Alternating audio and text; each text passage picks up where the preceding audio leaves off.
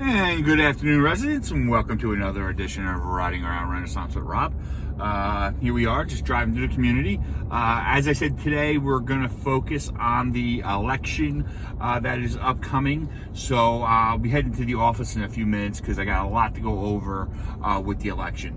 But before I get there, just a couple of housekeeping items that I wanted to mention. As I drove around, I'm seeing some flags, some political flags, some stuff in the windows. That's not allowed in the community. We have a sign procedure for political signs, which is 14 days prior to an election. I know this time of year, everybody's getting ready, but the rules of the association are 14 days prior to. You can have a sign in your window, and a sign in a landscaping bed adjacent to your home. The sizes are specified in the rules. So just letting everybody know now, I really don't want to be sending out violations. Contrary to popular belief, I actually don't like sending violations and going to ADR and all that kind of stuff.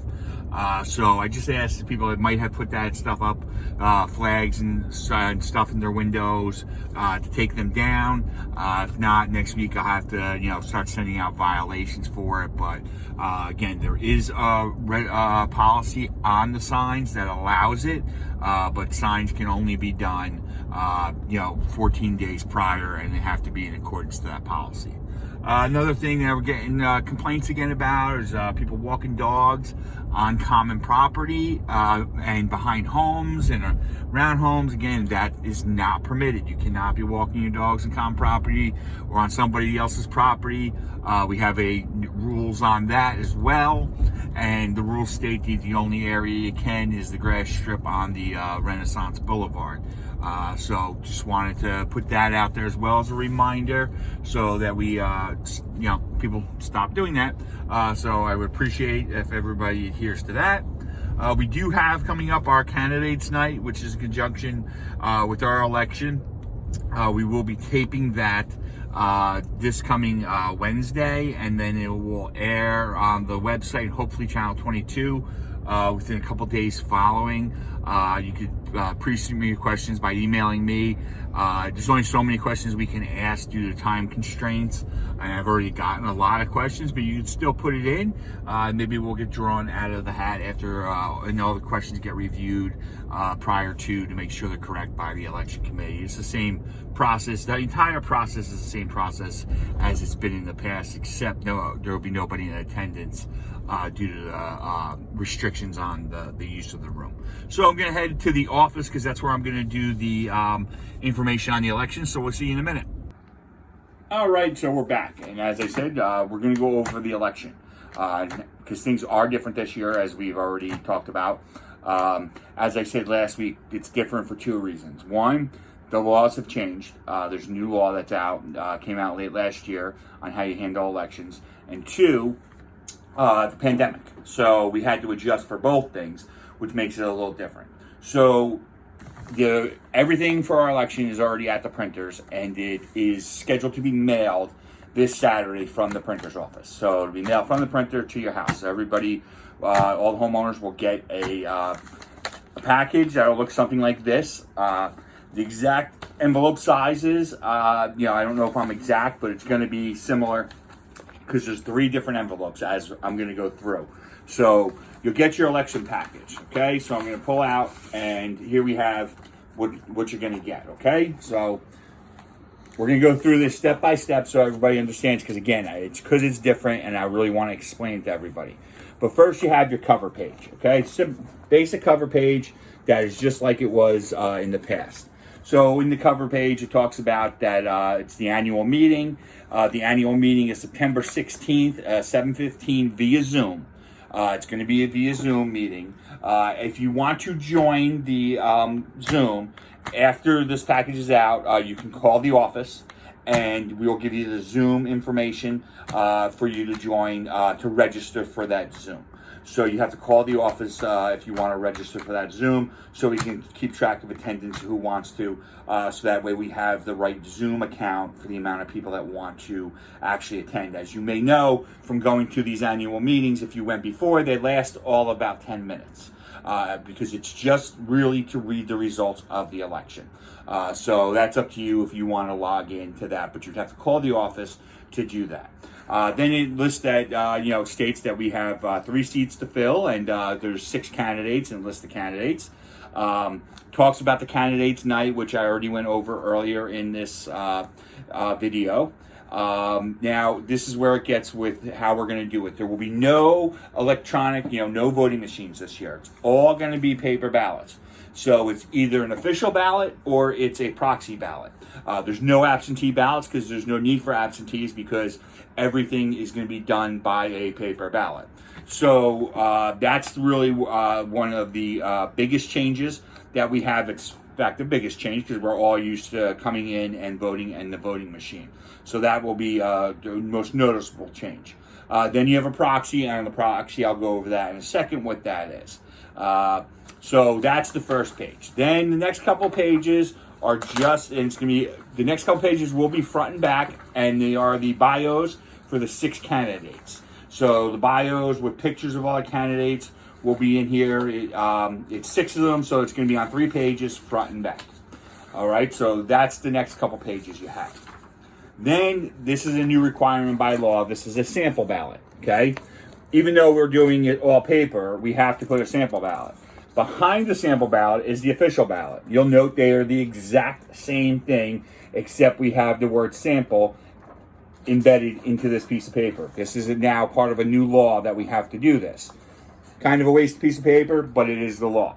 So then it's the official ballot, okay? So this is what you'd actually fill out if you want to do this, all right, by ballot. The green piece of paper, I have an extra piece of paper here that doesn't belong there. The green piece of paper is your proxy ballot, okay? So that's if you want to give your vote to somebody else. So you either give it to the secretary or you give it to somebody and you can designate that there, okay? Most people don't choose to do that because they want to vote for their candidates on their own. So again, you're using this ballot to vote. You can check no more than 3. If you check more than 3, then it is an invalid vote. There is also a write-in, which is new.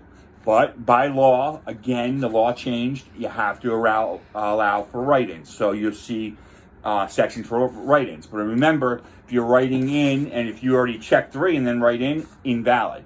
Because you can only vote for 3 people. So that's very important if you're going to do that. So the process now is you will get, along with, you're going to get 2 envelopes, okay? So you have 2 envelopes. I just held them upside down, and I apologize for that. So you're going to get 2 envelopes. You have your first marked ballot. You have your second. That's the marked election at the top, okay? So what you're going to do is you're going to take this, and these, as I said, these envelopes might not be the exact size, but all 3 envelopes are different sizes. So this is going to work, but I don't know the exact envelopes that the printer's using, but I know for a fact they're all 3 different sizes. So you're going to take your ballot, you're going to fill it out, you're going to fold it up, and I'm not going to go through that whole thing, and then you're going to put it into this envelope, marked ballot, and you will seal this envelope. You'll take that envelope and you will stick it into the next one that is marked election, and you'll see it has election. It has, here is where your name and address will be. And then it has Renaissance, and it'll be our address. So that way you can mail this if you choose. But most people will prefer you come just drop it off outside the office in the box, okay? And we'll have boxes out there for this. Here's the reason. This is a secret ballot. You did not sign. If you notice, there was no place for you to sign this ballot when I held it up, okay? So when it comes to the day and it comes time to count, we use this here, the residence address, to make sure that it's only 1 vote per household. So we will look at this and we will mark it off on a piece of paper that that household has voted, okay? So then we'll open up the envelopes and we will pull out the ballot envelope, okay? We'll put this into its own box by itself, and we're going to put this into a box by itself that says ballot. It's all about. So figuring, let's just say we get 1,000, we will, at the end, after we open all of these envelopes, we'll now have 1,000 of these envelopes sitting in a box. No longer can anybody know what's inside inside this envelope. Then we're going to go through and we're going to open all these envelopes. And when we open all these envelopes, we will come out with, and I don't know where I threw it as I was going through, but for sake of argument, I'll use the sample. We'll pull out the ballot, and don't use the sample, please. But I'm just doing this for demonstration because I lost my official one.